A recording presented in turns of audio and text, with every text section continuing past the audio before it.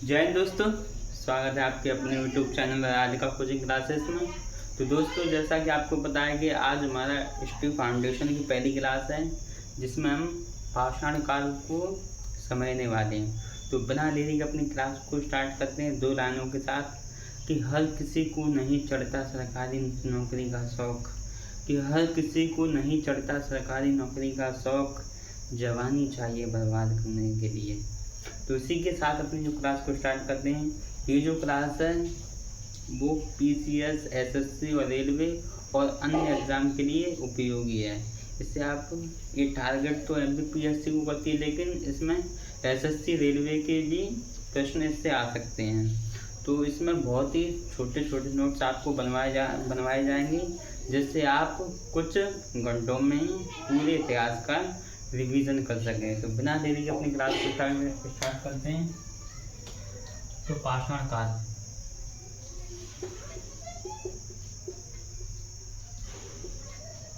पाषाण काल, stone age. तो सबसे पहले ये क्वेश्चन उठता है कि इसे हम पाषाण काल क्यों कहते हैं। पाषाण काल इसे इसलिए कहते हैं क्योंकि इस समय जो मानवता, वो आदि मानव था बेसिकली, उस समय वह केवल पत्थरों का उपयोग करता था। जब खनिज वगैरह को उनको ज्ञान नहीं था, इसलिए वो केवल पत्थरों का उपयोग करते थे। इसलिए इसको पाषाण काल कहा जाता है, पत्थरों का उपयोग। जैसे जैसे समय बीतता गया, जैसे जैसे जो वायुमंडल या जो जलवायु है उसमें परिवर्तन हुआ, वैसे ही वैसे जो हथियार हैं, मानव के हथियार हैं, उनमें भी हमें चेंजेस दिखाई पड़ती हैं। तो स्टोन एज को हम 3 भागों में बांट कर देख सकते हैं। एक तो प्रापाषाण, दूसरा मध्य पाषाण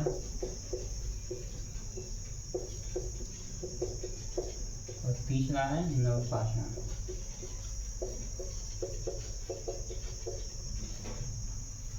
जो पाषाण काल है उसका जो टाइम पीरियड है वो है 5 लाख ईसा पूर्व से लेके 1000 ईसा पूर्व तक। अब इसमें जो ईसा पूर्व लिखा है वो ईसा पूर्व किसे कहते हैं।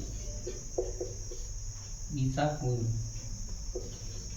और ईस्वी किसे कहते हैं। जो हमारा जो कैलेंडर है वो क्रिश्चियनिटी का कैलेंडर है, इसलिए इसमें ईसा मसीह का जन्म हुआ था। ईसा मसीह का जन्म हुआ था, उसको हम 0 टाइम पीरियड मानते हैं। जब ईसा मसीह का जन्म हुआ था, इसलिए हम इसको 0 टाइम पीरियड मानते हैं। 0 टाइम पीरियड के आगे जितने भी साल हैं, जैसे कि 100 ईस्वी, 200, तो इनको हम ईस्वी कहते हैं। ईसा मसीह के बाद के जो काल हैं उनको हम ईस्वी कहते हैं, लेकिन ईसा मसीह से पहले के जितने भी कालखंड हैं उनको हम ईसा पूर्व कहते हैं या बीसी। इसको हम बीसी बोलते हैं। ये हमेशा उल्टा चलता है, जैसा कि ईसा पूर्व में हमेशा उल्टा चलता है, जैसे 100, 200, 300, तो ये उल्टा चलता है, जबकि ईस्वी में यह सीधा चलता है। तो यह ईसा पूर्व का कॉन्सेप्ट है।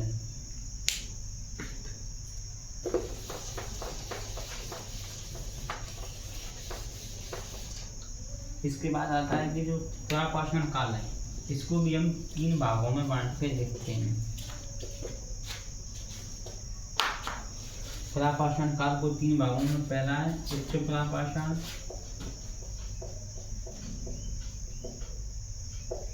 मध्य प्रापाषाण और निम्न प्रापाषाण। यहाँ पे निम्न होगा, मध्य और उच्च प्रापाषाण।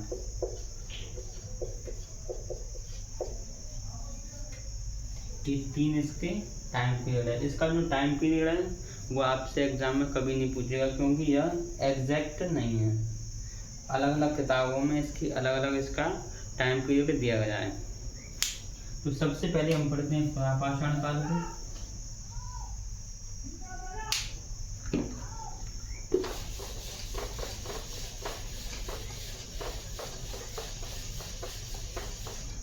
तो हम पढ़ने क्या वाले हैं, जैसे कि कॉन्सेप्ट है पुरापाषाण।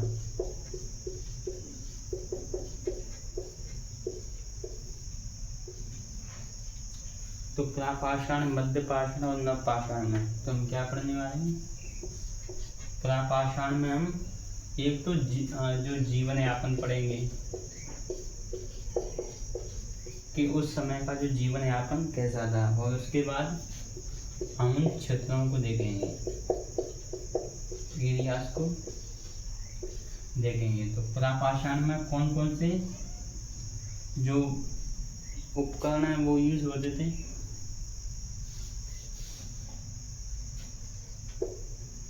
हैंडल, चॉपर, हैंडक्स, क्लेवर,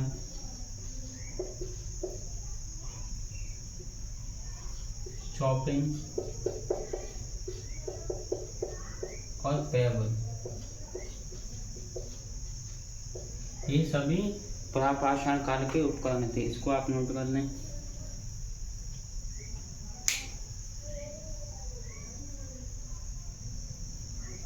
इसके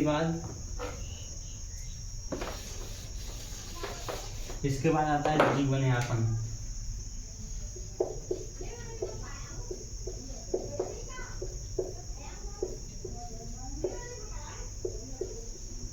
जब मानव का इस धरती पर आगमन हुआ था, तब उस समय जो जलवायु थी पृथ्वी की वो अत्यधिक ठंडी थी, और जो जमीन है उस पर बर्फ जमी हुई थी। इसलिए हम इस काल को प्लास्टोसिन काल बोलते हैं।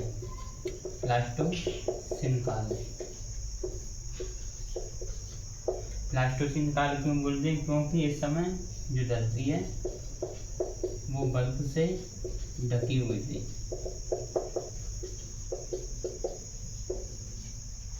क्या सर जो मानव थे वो कपड़े पहनते थे? तो ऐसा नहीं है, कपड़े नहीं पहनते थे वो। इसके बाद क्या वो कृषि करना जानते थे, पशुपालन उनको आता था, या जो मिट्टी की घड़े हैं वो बनाना जानते थे कि नहीं जानते थे। तो उस समय जो मानव था वो आर्किटेक्ट था। आर्किटेक्ट एवं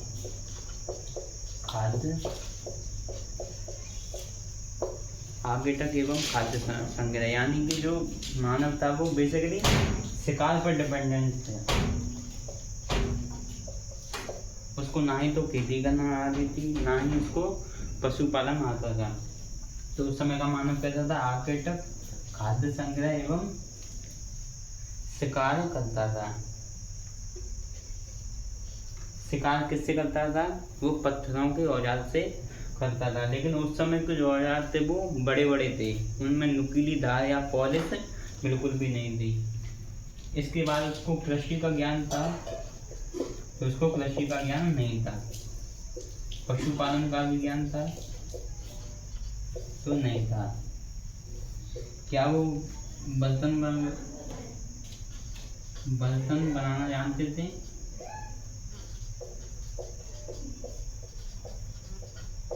तो नहीं जानते थे।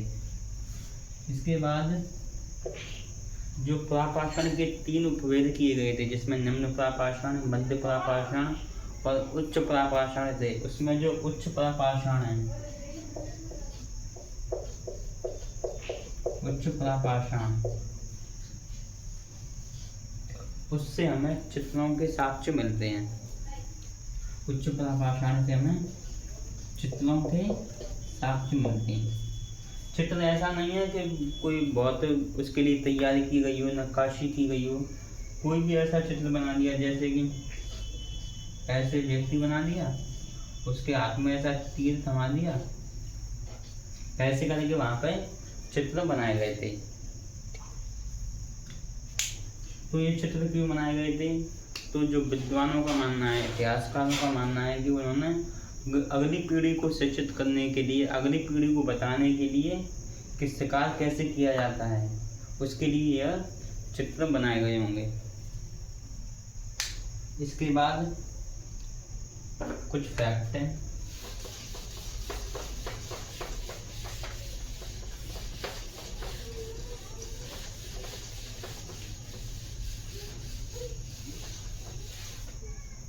कुछ फैक्ट हैं। एक तरफ हम लिखेंगे राज्य, कौन कौन से राज्य से मिले हैं, और दूसरे उस राज्य का क्षेत्र। तो इसमें सबसे पहले राजस्थान से मिले हैं। ये वाले जो फैक्चुअल सवाल है वो आपके एग्जाम के लिए बहुत ही महत्वपूर्ण है। तो राजस्थान से कौन कौन से क्षेत्र से मिले हैं? थार, दिलवाना। भारत का सबसे बड़ा मरुस्थल थार मरुस्थल से भी इसके साक्ष्य मिले हैं। दूसरा है तमिलनाडु। तमिलनाडु पल्लवरम। इसका जो अगला फैक्टर वो आप साथ ही साथ लिखते चलें। कश्मीर, कश्मीर से दो जगह से मिला है, लद्दाख और पहलगाम। और इन फैक्टरों का कोई ऑप्शन है ही नहीं, ये आपको याद करनी पड़ेंगे। अगला है आंध्र प्रदेश। आंध्र प्रदेश में एक कर्नूल नाम की जगह है। यहाँ से सर्वप्रथम आग के साक्ष्य मिले थे। आग की साक्ष्य। इसके बाद जो अगला है मध्य प्रदेश।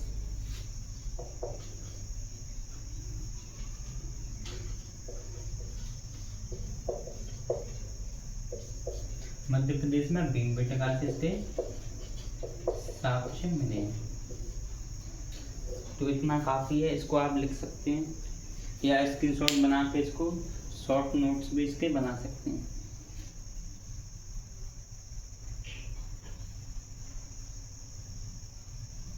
इसके बाद जो अगला आता है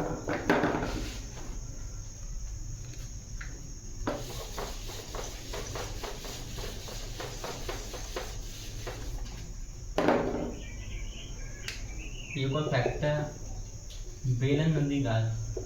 बेलन नदी घाटी, बेलन नदी घाटी और नर्मदा नदी घाटी। नर्मदा नदी घाटी से, बेलन नदी घाटी और नर्मदा नदी घाटी से पुरापाषाण, नवपाषाण, मध्यपाषाण और नवपाषाण के हमें क्रमशः साक्ष्य मिले हैं। क्रमशः साक्ष्य मिले हैं। और इसमें कि जो पुरापाषाण काल है, पुरापाषाण काल, उससे हमें मानव जीवाश्म के साक्ष्य नहीं मिले। पुरापाषाण काल से मानव जीवाश्म के साक्ष्य नहीं मिले। इसके बाद पुरापाषाण काल के समय या मध्यपाषाण या नवपाषाण काल के समय जो व्यक्ति थे वो पर्वतीय या ऊंचाई के क्षेत्र पर रहते थे। तो पर्वतीय एवं पठारी क्षेत्र, पठारी क्षेत्र पर रहते थे। इसको भी आप नोट कर लें।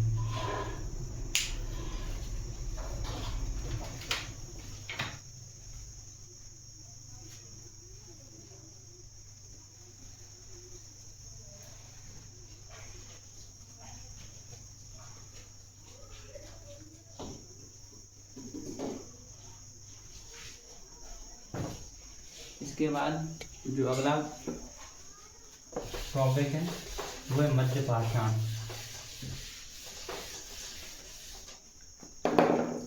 मध्य पाषाण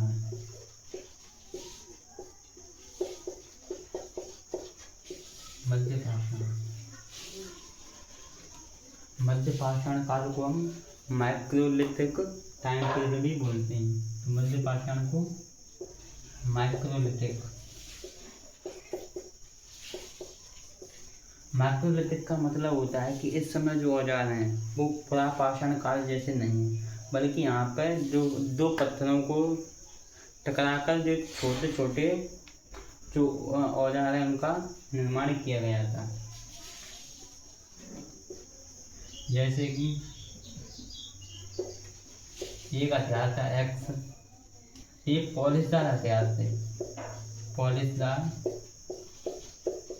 तथा नुकीले हथियार। इसके बाद हमने जैसे पुरापाषाण काल में देखा था कि इनमें कौन कौन सी क्षेत्रों से इनके साक्ष्य प्राप्त हुए हैं और इनका जीवन यापन क्या है, तो इसी में भी हम इसी प्रकार से इसमें पढ़ेंगे।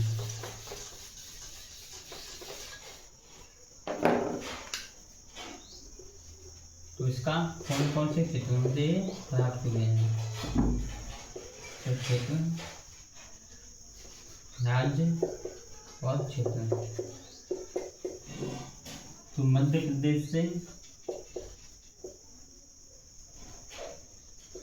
प्रदेश में एक जगह आजमगढ़, तो आजमगढ़ से पशुपालन का साक्ष्य मिला है,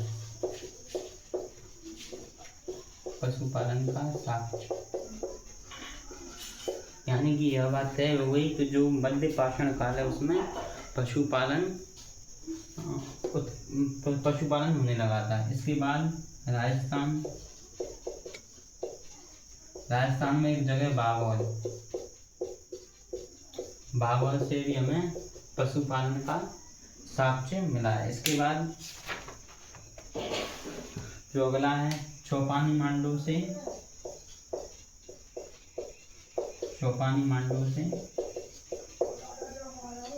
बर्तन के साक्ष्य, ये दोनों बहुत महत्वपूर्ण है, मध्य प्रदेश वाला और राजस्थान वाला।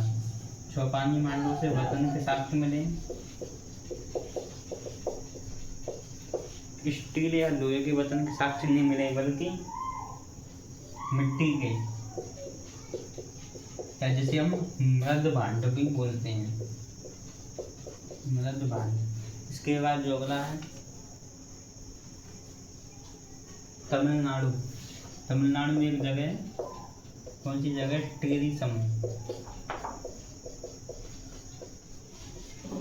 ये मध्य पाषाण काल के महत्वपूर्ण क्षेत्र हैं, इनको आप नोट कर लें।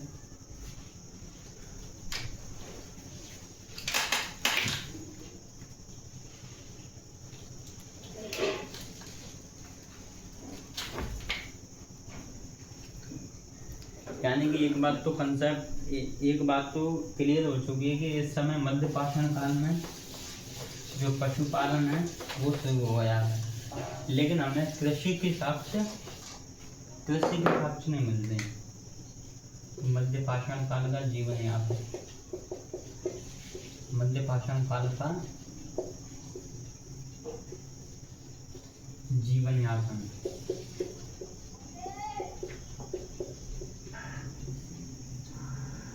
जो मध्य पाषाण काल है वो हमें दिखता है 40,000 से 10,000 के बीच। इस समय जो धरती थी तो पुरापाषाण काल का जो टाइम पीरियड था उसी समय जो जलवायु में परिवर्तन हमें दिखाई पड़ते हैं, लेकिन जब मध्य पाषाण काल में जब आते हैं तो जो बर्फ थी वो पिघल चुकी थी और नदियों के द्वारा प्रवाहित होती चली गई। तो इस समय हमें जीवन यापन है, जो मछलियों की संख्या बढ़ी। पहली बात तो मछलियों का आहार, क्या इस समय भी जो मानव था वो शिकार पर डिपेंडेंट था, तो मानव आगे तक खाद्य संग्रह एवं शिकार पर डिपेंडेंट था। शिकार, और इस समय पशुपालन भी होने लगा था। पशुपालन में सबसे पहले जो प्राणी जो सबसे पहले पाला गया था वो कुत्ता था। उसमें कौन कौन से पशु शामिल थे? कुत्ता, बैल, भैंस और बकरी। यहाँ पर घोड़ा शामिल नहीं है। तो ये भी आपसे पूछ सकता है कि जो घोड़ा है वो मध्य पाषाण काल में है या नहीं है। तो घोड़ा इसमें शामिल नहीं है। इसके बाद आता है कि कृषि की जानकारी थी, तो कृषि की जानकारी नहीं थी। लेकिन जो इस समय चित्रकला है वो विकसित हुई।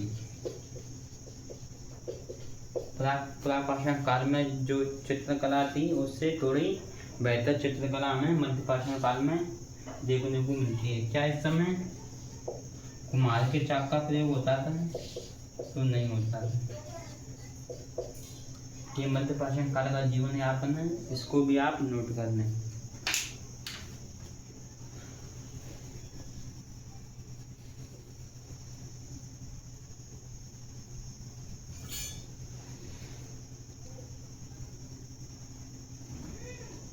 इसके बाद जो सबसे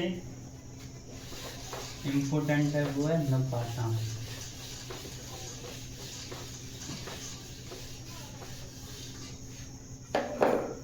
नवपाषाण काल, इसका जो टाइम पीरियड है वो 7000 से लेके 1000 तक, 1000 ईसा पूर्व। नवपाषाण काल में जो जीवन यापन है, नवपाषाण काल का जीवन यापन, तो इस समय जो लोग थे वो खेती करना सीख गए थे, यानी कि कृषि स्टार्ट हो गई थी। लेकिन खेती करने का मतलब ये नहीं है कि जो मनुष्य को शिकार उसने छोड़ दिया था। इस समय की खेती की केवल शुरुआत हो चुकी थी। तो इस समय भी मानव शिकार पर डिपेंडेंट था। पशुपालन भी स्टार्ट हो चुका था मध्य पाषाण काल में भी।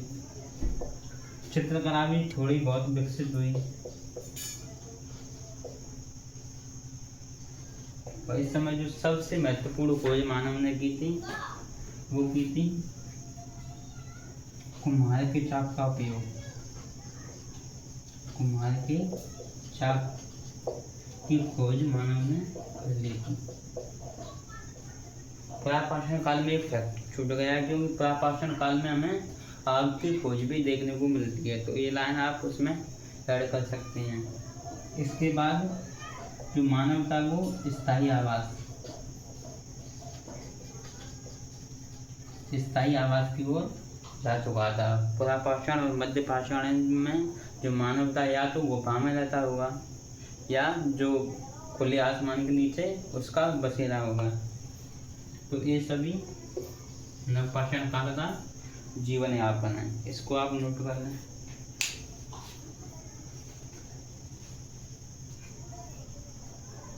इसके बाद जो क्षेत्र हमें देखने हैं,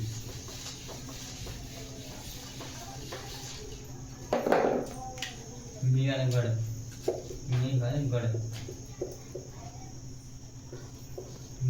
से गेहूं के साक्ष्य मिले। गेहूं, जौ। तो ये मेहरगढ़ है वो कहाँ पर? पाकिस्तान में। मेहरगढ़ और यहाँ पर गेहूं और जौ के हमें साक्ष्य देखने को मिलते हैं। इसके बाद जो विंध्य क्षेत्र है, विंध्य क्षेत्र से हमें चावल का साक्ष्य मिलता है।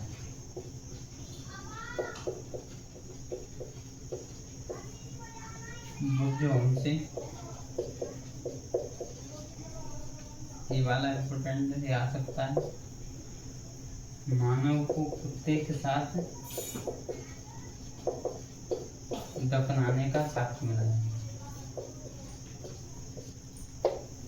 यानी कि एक बात और स्पष्ट हो चुकी है कि यहाँ पर जो शवादान या दाह संस्कार था वो आग का भी था, और यहाँ पर जो दफनाने ताबूत में दफनाने के भी साक्ष्य मिलते हैं। इसके बाद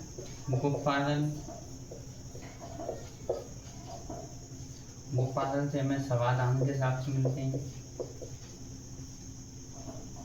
इसके बाद कुपगल, पिक्किली हल,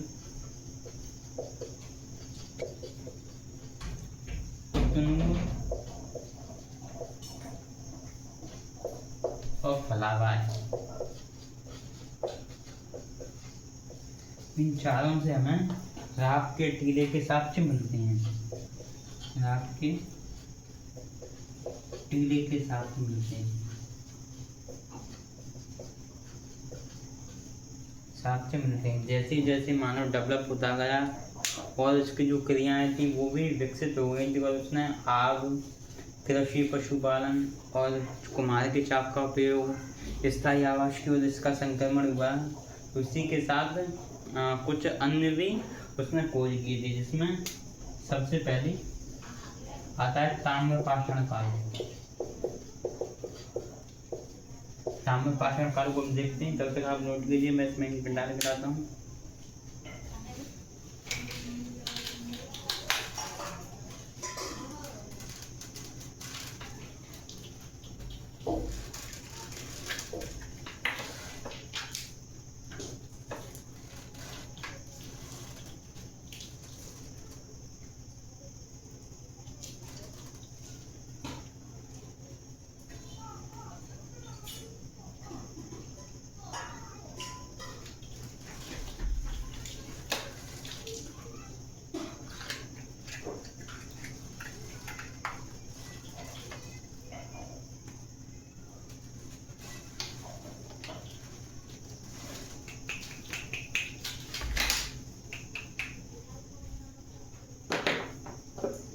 इसके बाद आता है ताम्रपाषाण काल।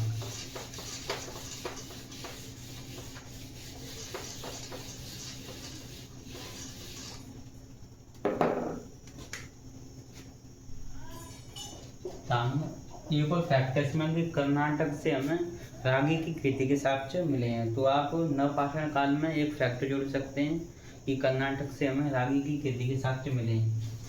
इसके बाद आता है ताम्रपाषाण काल। ताम्रपाषाण काल,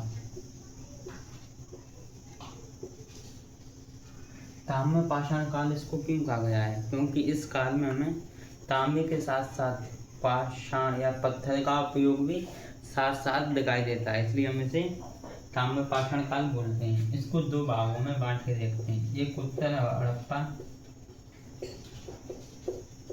और दूसरा है पूर्व हड़प्पा। यानी कि हड़प्पा सभ्यता है, जैसे हम अगले जो वीडियो इसमें पढ़ने वाले हैं तो उसमें जो हड़प्पा से पहले का जो कालखंड है वो भी इसमें शामिल है, और हड़प्पा के साथ साथ भी ताम्रपाषाण काल की संस्कृति हमें देखने को मिलती है। तो ताम्रपाषाण काल में 3 संस्कृति हमें देखने को मिलती है। राजस्थान से आहार संस्कृति,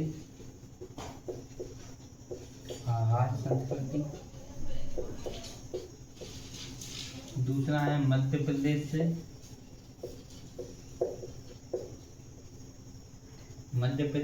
कायता संस्कृति, या जिसे हम मालवा संस्कृति भी बोलते हैं। जो मध्य प्रदेश का जो मालवा क्षेत्र है वहाँ के जो मृद भांड थे, वो सर्वोत्तम थे। मतलब जो मटके बनाए जाते थे वो मालवा के सबसे प्रसिद्ध मटके थे उस समय के।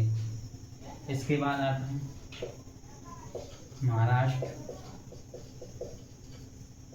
महाराष्ट्र का ये एक जगह है जिसको आपको कभी भी नहीं भूलना है। महाराष्ट्र की संस्कृति है वो जोलवे संस्कृति।